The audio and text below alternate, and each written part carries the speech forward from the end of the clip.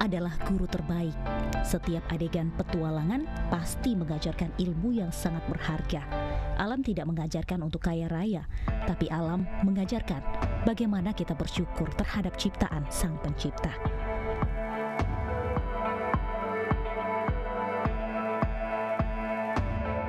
Semesta menyajikan lukisan alam yang nyata, seakan memberikan keindahan yang tak terbatas. Keindahan alam yang membentang nyata di Kabupaten Agam membuat saya ingin menelisiknya lebih jauh. Konon katanya, di sini banyak terdapat potongan-potongan surga yang sayang jika dilewatkan begitu saja. Pemirsa, Kabupaten Agam memiliki keindahan dan berkah alam yang sangat luar biasa. Hal ini sejalan dengan berhasilnya Kabupaten Agam mendapatkan predikat sebagai Desa Wisata Indonesia, predikat daya tarik. Lalu apa upaya dari pemerintah daerah untuk mempertahankan eksistensi pariwisata di Kabupaten Agam, dan bagaimana pula usaha dari pemerintah untuk mengembalikan kembali keindahan destinasi Danau Maninjau. Bersama saya Delima Febria, mari kita eksplor potensi wisata Agam.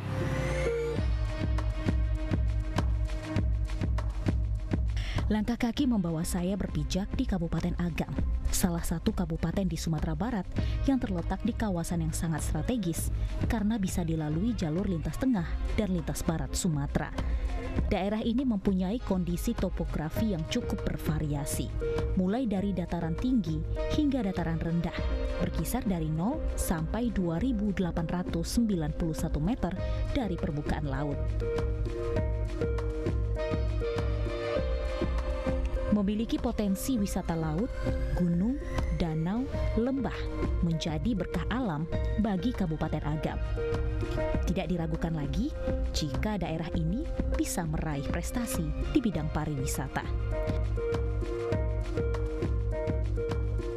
Baru-baru ini Kementerian Pariwisata Republik Indonesia menganugerahi Kabupaten Agam sebagai peringkat 5 terbaik kategori daya tarik wisata. Dari 16 kecamatan yang ada di Kabupaten Agam, saya berkesempatan mengeksplor beberapa objek wisata di Kecamatan Tanjung Raya, tepatnya Nagari Sungai Batang. Nagari Sungai Batang terletak persis di tepian Danau Maninjau. Beberapa tokoh Indonesia seperti Haji Abdul Karim Amrullah atau yang dikenal dengan Buya Hamka dilahirkan di sini.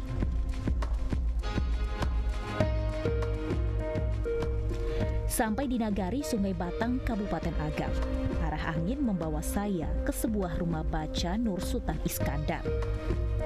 Rumah baca ini sangat mudah dijangkau, dikarenakan letaknya yang strategis di kawasan Pasar Nagari Sungai Batang, Kecamatan Tanjung Raya, Kabupaten Agam.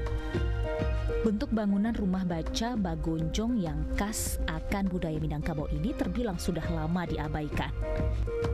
Sejak didirikan Dinas Pariwisata Kabupaten Agam pada tahun 2006 yang lalu, tingkat kunjungan semakin menurun.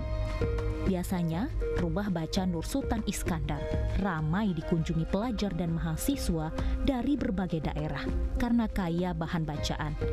Namun, beberapa tahun belakangan ini, pelajar semakin sedikit mengunjungi rumah baca peninggalan penulis dan pujangga nasional asal Danau Maninjau tersebut. Padahal, perpustakaan ini menyediakan buku bacaan yang sangat kaya dengan ilmu pengetahuan.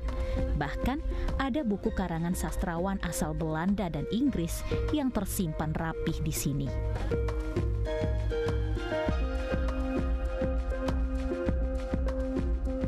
Berkunjung ke Kabupaten Agam tidak lengkap rasanya jika tidak menikmati keindahan view Danau Maninjau. Danau legendaris, keindahannya sudah tersohor hingga ke pelosok Nusantara.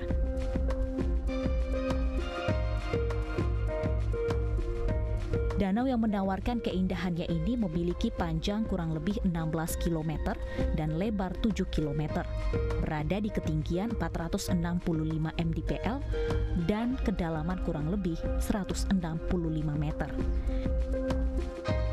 Danau ini dinobatkan sebagai danau terluas nomor 11 di Indonesia. Namun sayang, keindahan Danau Maninjau saat ini dari hari ke hari semakin tercemar.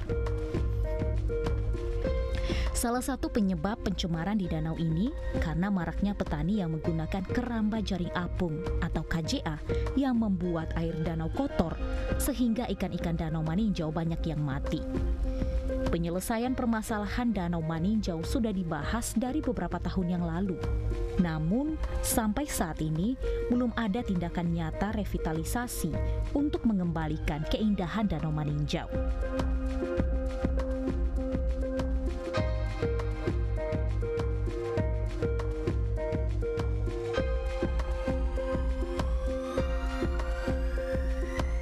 Nah, pemirsa, saat ini saya sudah bersama Kepala Dinas PUPR Kabupaten Agam, Bapak Ofrizon. Pak Ofrizon, dari mana ingin tahu nih Pak, apa rencana revitalisasi yang sudah kita programkan untuk bagaimana memfungsikan kembali Danau Maninjau ini? Danau Maninjau ini adalah danau strategis nasional. Sebagaimana yang dicanang oleh Peraturan Presiden Nomor 60 Tahun 2021, termasuk 15 danau strategis nasional. Jadi danau ini akan kita revitalisasi melalui Kementerian PUPR. Karena danau ini adalah danau yang dikelola oleh Kementerian PU. Ya. Jadi kita selaku Dinas Pekerjaan Umum dan Tata Ruang Kabupaten Agam sebagai pelaksana daerah, melakukan koordinasi dengan Dinas Pekerjaan Umum Kementerian PUPR. Kapan Pak rencana revitalisasi itu kita lakukan dan mungkin anggaran berapa besar anggaran kita yang akan kita kucurkan Pak? Hasil koordinasi kita dengan dengan Kementerian PUPR melalui Balai Wilayah Sungai Sumatera 5. Rencana revitalisasi Danau Maninjau atau penyedotan sedimen yang berada di Danau Maninjau ini adalah tahun 2022. Mudah-mudahan rencana dari Kementerian PUPR ini bisa terlaksana. Nah, itu yang kami harapkan dari pemerintah daerah Kabupaten Agam. Itu, Bu. Pak, kalau untuk peran dari PU Kabupaten Agam sendiri kan kita tahu nih Pak, Danau Maninjau ini sudah sangat-sangat tercemar, itu diakibatkan oleh adanya keramba jaring apung. Mungkin apa Pak upaya dari dalam hal ini pemerintah daerah, Dinas PU untuk mengantisipasi itu nantinya ke depan Pak? Kita ada melakukan semacam 10 program untuk penyelamatan Danau Maninjau. Salah satunya diantaranya apa? Salah satunya adalah pengurangin KJA. Sesuai dengan Perda kita nomor 5 tahun 2014, itu kita akan menargetkan pengurangan KJA sampai 6.000 petak. 6.000 petak. 6.000 petak. Saat ini penggunaan KJA udah berapa Pak? Sekarang baru 17.000, masih 17.000 petak. Memang kita dari pemerintah Kabupaten Agam sangat berharaplah sekali dengan melalui Kementerian PU ya, melalui Balai Wilayah Sungai Sumatera 5 untuk revitalisasi Danau Maninjau ini.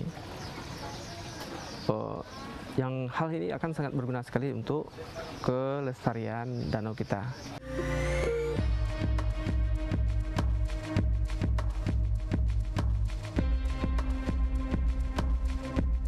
Desa Wisata Sungai Batang menawarkan konsep wisata berbasis alam dan budaya. Tak hanya itu, sebagai tempat kelahiran dari tokoh agama Buya Hamka, Desa Wisata Sungai Batang juga terasa kental dengan wisata sejarah dan religinya. Sebut saja situs makam Syekh Muhammad Amrullah, ulama besar sekaligus kakek dari Buya Hamka, menjadi tempat wisata religi yang sayang untuk dilewatkan. Di kawasan makam Syekh Muhammad Amrullah berdiri sebuah masjid yang juga diberi nama Syekh Amrullah. Masjid ini berdiri sejak tahun 1717. Disinilah pusat pengembangan ajaran Islam di Nagari Sungai Batang pada masa dulunya. Kakek Hamka Muhammad Amrullah lahir tahun 1840. Ayahnya bernama Tuanku Abdullah Saleh, murid Tuanku Pariaman, atau bernama asli Abdullah Arif. Kami juga mempunyai budaya-budaya seperti halnya daerah-daerah lain, yaitu yang budaya yang pertama sekali bagi masyarakat Minang tentu adat berseni syarak berseni kitabullah sebagai landasan hidup manusia Minangkabau. Dan alhamdulillah perkawinan antara ajaran bumi dan langit itu di sini mudah-mudahan kelihatan dari dulu, dan sejarah menunjukkan itu bagaimana karakter anak orang Sungai Bangka itu dalam pengamalan adat berseni syarak secara berseni kitabullah. Dan secara kebetulan memang daerah ini melahirkan banyak putera-putera Indonesia terbaik, antara lain tentu saya Buya Hamka, Nur Sultan Iskandar, begitu juga Marzuki Hatim, Isa Ansari dan lain-lain. Itulah satu anugerah kami dari Allah. Dan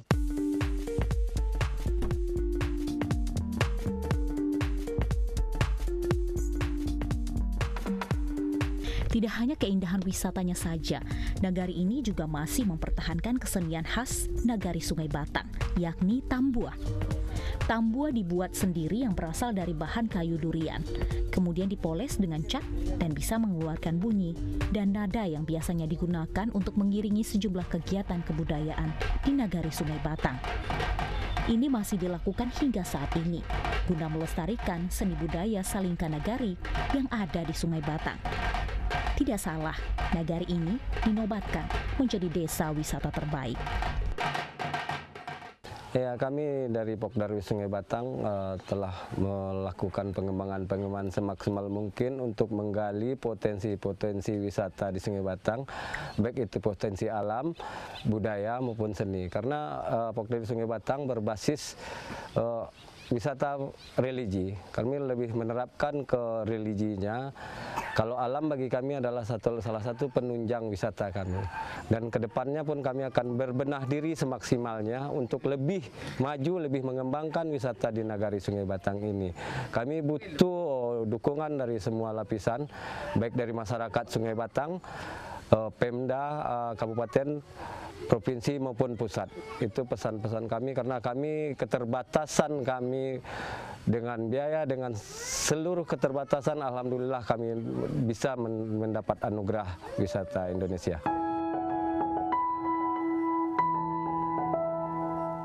Melanjutkan perjalanan di sepanjang tepian Danau Maninjau, saya singgah ke Museum Rumah Kelahiran Buya Hamka.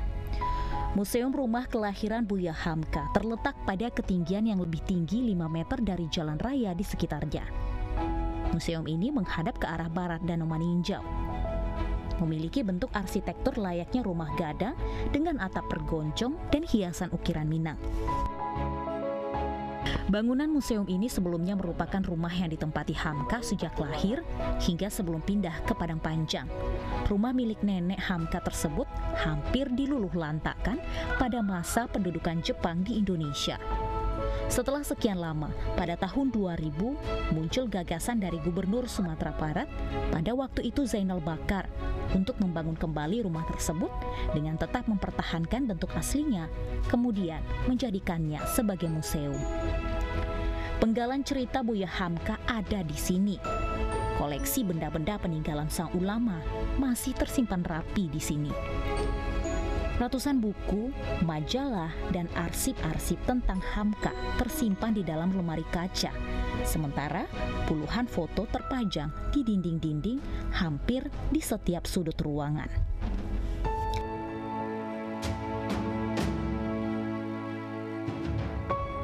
Selain foto bersama Bung Karno, Bung Hatta, dan sejumlah tokoh lainnya, juga terdapat foto Hamka sewaktu kanak-kanak, remaja, hingga foto lautan manusia mengantar jenazah Hamka ketika meninggal pada tahun 1981.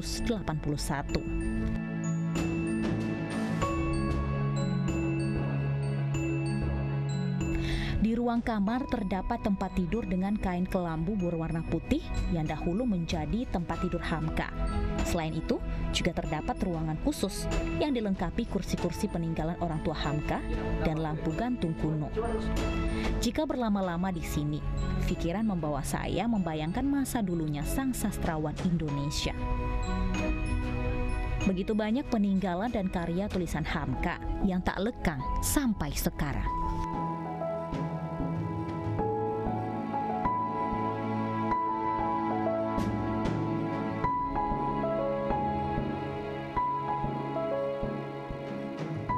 Satu kalimat peninggalan Hamka yang saya ingat sampai saat ini, yakni kehidupan itu laksana lautan, orang yang tiada berhati-hati dalam mengayuh perahu, memegang kemudi dan menjaga layar, maka karamlah ia digulung oleh ombak dan gelombang.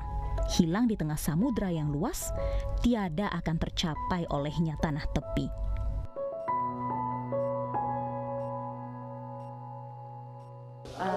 Senang sekali bisa berjumpa dengan Bapak, terlebih di rumah yang sangat bersejarah ini ya Pak ya. Memang sekarang dijadikan museum. Benar. Buya Hamka. Pak, kita kan baru dianugerahi nih Pak.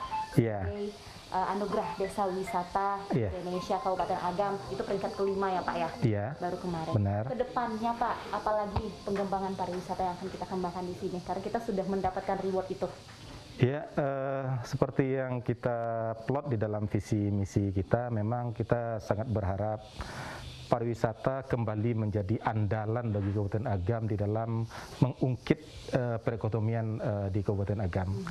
Dan tentu ketika ini sudah menjadi visi misi kami dan kita cantumkan di dalam RPJMD kita, nah tentu semua daya dan upaya kita kerahkan sekuat-kuatnya ke sektor pariwisata ini. Nah jadi kita berbicara pariwisata, kita berbicara tentang potensi. Nah kita di Kabupaten Agam mempunyai potensi alam, kita mempunyai potensi sejarah, kita mempunyai potensi tokoh-tokoh nasional yang bisa kita elaborasi menjadi sebuah potensi wisata yang bisa menarik wisatawan untuk berkunjung ke Kabupaten Agam dan Sumatera Barat pada umumnya. Dan dari pemerintah daerah Kabupaten Agam tentu kita memberikan support sepenuhnya kepada sektor-sektor ini dalam bentuk apapun juga. Nah, jadi ini konsekuensi ketika ini sudah menjadi andalan di dalam RPJMD Kabupaten Agam. Jadi dari sisi infrastruktur kita akan coba support sekuatnya, semaksimal mungkin objek-objek yang memang sudah menjadi target kita untuk kita kembangkan. Jadi hari ini ada Museum Buya Hamka, ada potensi Linggai, ada potensi di Embun Pagi, Lawang Pak, Puncak Lawang, banyak lagi potensi-potensi lain yang akan kita coba untuk backup, sehingga mana yang sudah ada kita support dan sambil berjalan kita melihat beberapa potensi-potensi baru yang bisa mengungkit ini.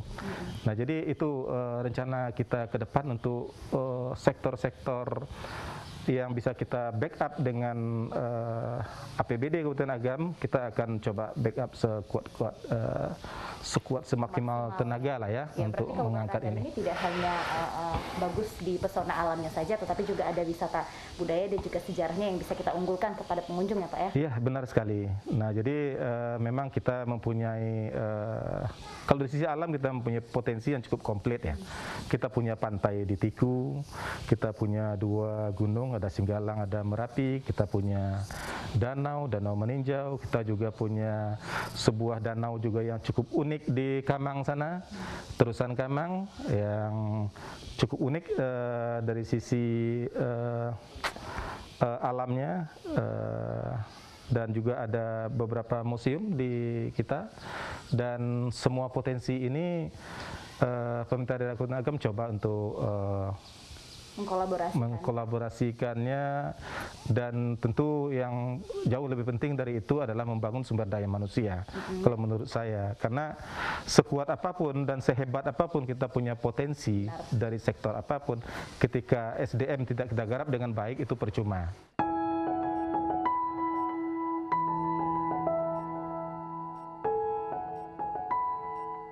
Bagi saya, tak ada tempat yang lebih indah untuk dijalani selain alam. Kabupaten Agam ini memiliki sejumlah potensi yang sayang jika dilewatkan begitu saja. Harus dibutuhkan komitmen yang kuat agar keindahan Danau Maninjau dapat tergali dengan maksimal. Ya, kita akan coba memploting, kalau kita bicara tentang program gitu, kita bicara tentang backup anggaran ya. Nah kita coba di Dinas Pariwisata untuk memaksimalkan anggaran yang tersedia itu, di samping untuk fisik daripada objek-objek yang betul-betul butuh kita backup. Nah, tentu kita butuh juga pengembangan sumber daya manusia. Nah, di Pok Darwis sudah kita harapkan bagaimana agar sumber daya manusia yang ada di wilayah dan objek tertentu bisa memainkan peran yang besar untuk mengembangkan pariwisata itu sendiri. Jadi baik dari sisi pelatihan-pelatihan dan dari sisi apapun juga. Dan kita juga punya seorang bupati yang juga concern dan juga punya semangat yang luar biasa untuk mencoba mengangkat kembali sektor pariwisata di Kabupaten Agam untuk menjadi sektor andalan untuk mengungkit perekonomian masyarakat ini. Pak, pengembangan wisata di Kabupaten Agam ini tidak terlepas dari keindahan Danau Maninjau tentunya. Ya. Nah, saya mendengar bahwa pemerintah daerah di sini ingin berencana merevitalisasi alih fungsikan Danau Maninjau sebagaimana bisa kita kembalikan ke fungsi awalnya. Ini nanti rencana kita ke depan bagaimana, Pak, dari pemerintah daerah? Ya. Kalau berbicara revitalisasi, saya kira kita mencoba untuk mengembalikan kualitas sebetulnya terlebih dahulu. Jadi menurut penelitian terjadi degradasi daripada kualitas air di Danau Maninjau, kualitas lingkungan, dan ini yang kita coba kembalikan kualitas ini. Cara mengembalikannya juga bermacam-macam.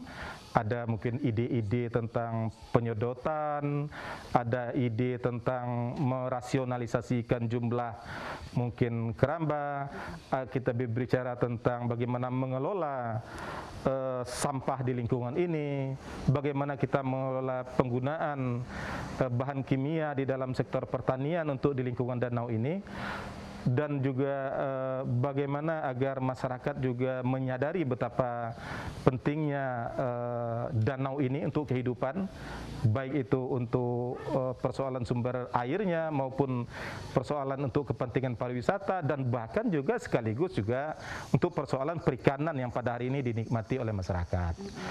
Nah, jadi berbicara tentang revitalisasi, nah tentu kita bekerja bersama-sama seluruh elemen yang ada di pemerintah, baik itu pusat, provinsi maupun kabupaten, dan juga dengan elemen-elemen masyarakat yang berada di lingkungan danau ini yang mempunyai kepentingan langsung terhadap danau ini.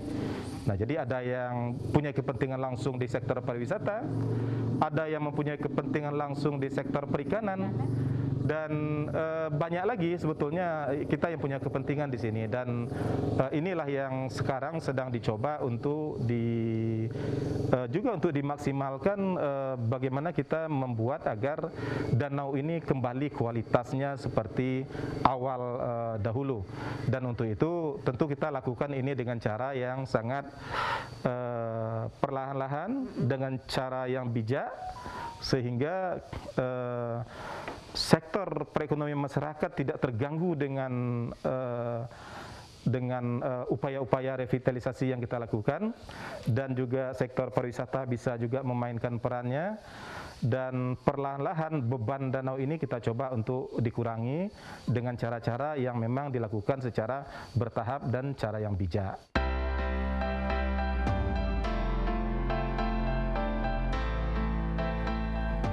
Dari hasil penelitian yang dilakukan di lapangan, ada 35.548 penduduk Kecamatan Tanjung Raya dengan jumlah rumah tangga sebanyak 8.641. Dari jumlah tersebut, tercatat ada 1.636 diantaranya atau 19,93% adalah rumah tangga perikanan dengan 65% modal produksi keramba jaring apung berasal dari luar. Jika dikalkulasikan sejak tahun 1997 hingga tahun 2021, jumlah ikan mati sudah sebanyak 17.732 ton.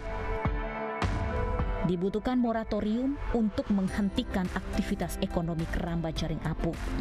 Jika keramba jaring apung sudah dibenahi, pemerintah Kabupaten Agam kedepannya akan fokus mengembangkan objek wisata di seputaran Danau Maninjau. Mengingat sudah ada investor yang ingin menanamkan modalnya di seputaran Danau Maninjau. Tapi dengan catatan, danau harus bersih. Karena itu berbagai upaya dan program tengah digenjot berbagai instansi, baik dari pemerintah Kabupaten Agam, provinsi, bahkan pemerintah pusat.